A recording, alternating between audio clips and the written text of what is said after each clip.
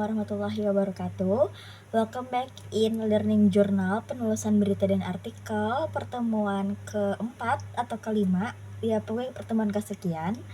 Oke, kali ini suasananya dan backgroundnya agak berbeda karena saya lagi mudik. Oke, jadi guys, beri peringatan dulu di awal. Jadi mungkin durasi video vlog kali ini agak sebentar karena suasananya tidak memungkinkan, karena ini saya lagi di kamar belakang rumah nenek saya, rumah mbah saya ya. Jadi saya agak takut guys, karena ini saya bikin videonya jam 1 malam. Kenapa nggak buat siang hari atau dari kemarin? Dari kemarin saya di perjalanan mudik. Dan kenapa nggak di siang hari? Karena ada banyak saudara saya dan tidak memungkinkan saya untuk membuat video untuk learning journal ini. Oke. Jadi terima kasih untuk semua yang sudah menonton dan menyempatkan waktunya untuk mensupport saya dengan menonton video ini, karena saya membuatnya butuh perjuangan. Oke, jadi guys, pertemuan kemarin itu, pertemuan di minggu ini. Oke, buat yang nanya, kok masih kuliah, Bil, karena mau lebaran? Gak tahu ujiannya saya, naik ke dosennya. Oke, saya cuma mengikuti gimana perintah beliau saja karena saya sudah bayar UKT. Tapi tidak ada keringanan untuk saya. Karena saya ingin mudik dan menikmati mudik saya di kampung saya ini dengan nikmat gitu, tanpa ada beban tugas dan beban video semacam ini. Gila ya. Oke guys, jadi kelompok 3 itu membahas tentang bagaimana teknik peliputan berita dan teknik penulisan berita, dan juga kita akan membahas tentang jenis-jenis peliputan berita ada apa aja sih gitu ya kan. Oke guys, jadi sebenarnya udah gue pernah bilang ya di pertemuan berapa gitu, ini pertemuan awal, gimana sih caranya teknik peliputan berita itu. Seperti yang sudah gue tahu, karena gue banyak kenalan anak-anak, karena gue banyak kenalan abang-abang berita juga, abang-abang radar Banten. Jadi kayak gue sering ngobrol sama mereka, gimana sih bang peliputan berita tuh.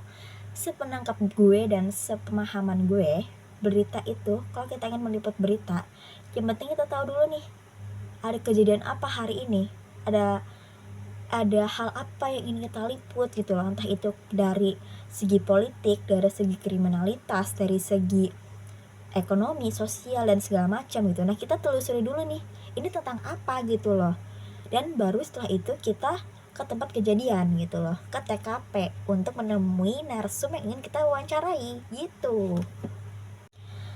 Terus ada juga gue sempat dikasih pertanyaan, boleh gak sih kalau kita mau meliput berita tanpa harus datang ke TKP? Itu sangat boleh guys, yang penting tuh ada narsum yang kita wawancarain, dan narsumnya ini terpercaya gitu loh. Entah itu dia orang yang bersangkutan atau orang yang dekat dengan seseorang yang bersangkutan ini gitu loh. Misalkan kita nggak sempat atau nggak bisa wawancara langsung sama orang yang bersangkutan, tapi kan pasti ada kerabatnya atau ada orang terdekatnya atau ada orang terpercaya beliau gitu loh. Jadi kita bisa bisa wawancara langsung ke orang terdekat ini gitu loh. Kalaupun si orang yang ingin kita temui ini nggak bisa atau emang nggak mau diwawancara, itu sangat boleh banget.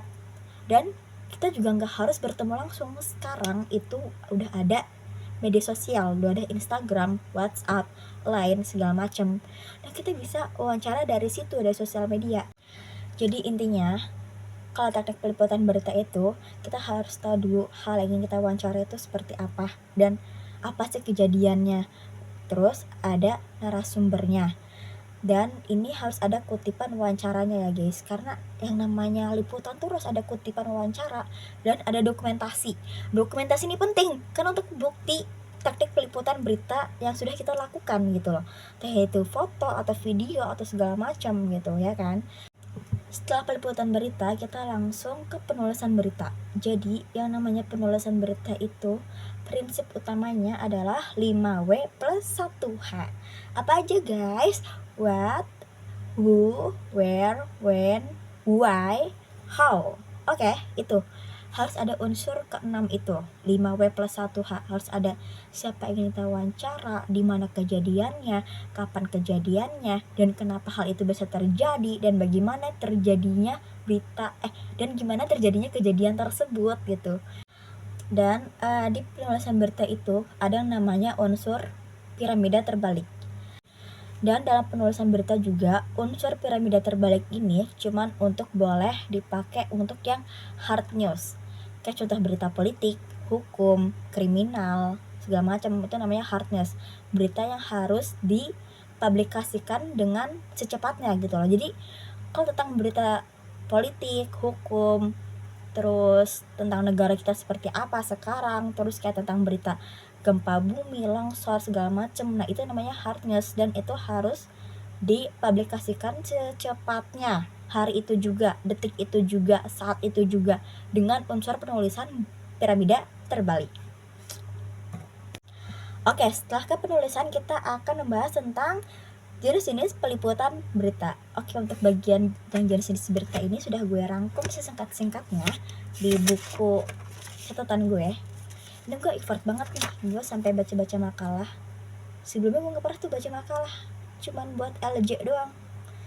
Jadi jenis-jenis peliputan berita itu, yang pertama, kalau kita ingin meliput berita hukum dan kriminalitas, itu ada sumber narasumbernya. Narasumber yang kita percaya tuh siapa aja sih? Yang pertama itu ada polisi, terus ada ke pengadilan, dan ada saksi. Kalau ada saksi pasti ada korban. Nah, kita bisa narasumber atau ngewawancara mereka kalau misalkan beritanya tentang hukum dan kriminalitas. Yang selanjutnya, setelah tadi ada jenis berita untuk ke hukum dan kriminalitas, ini kita akan membahas tentang jenis berita ke hal politik. Jadi kalau ke hal politik itu kita bisa ke narasumber yang terpercaya juga. Salah satunya ada ke pemerintah, ke gedung pemerintahnya langsung. Untuk berita politik itu kita bisa ngewawancarain ke gedung pemerintahnya langsung, dan ke partai politiknya, terus ke lembaga hukum. Nah, selanjutnya untuk jenis peliputan yang selanjutnya itu ada peliputan berita ekonomi.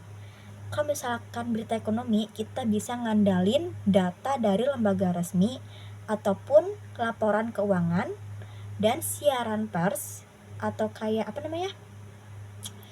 konferensi pers dan instansi yang terpercaya dari si hal ekonomi tersebut gitu. Oke, baik, saya tutup. Semoga semoga materi yang saya sampaikan masuk ya ke kalian, karena minggu depan adalah gantian kelompok saya dan gantian saya yang mempresentasikan di depan kelas. Jadi mungkin minggu depan agak lebih, bukan minggu depan, seminggu depan libur guys, lebaran. Gue gak mau ada LJ please ya, maksudnya abis lebaran ditunggu lagi, karena pasti gue akan lebih panjang durasinya karena gue yang mempresentasikan. Oke? Bye guys, selamat malam, minal aizin wal faizin, minal lahir dan batin. Selamat makan nastar, selamat makan opor, selamat berkumpul dengan keluarga besar kalian. Bye, assalamualaikum warahmatullahi wabarakatuh.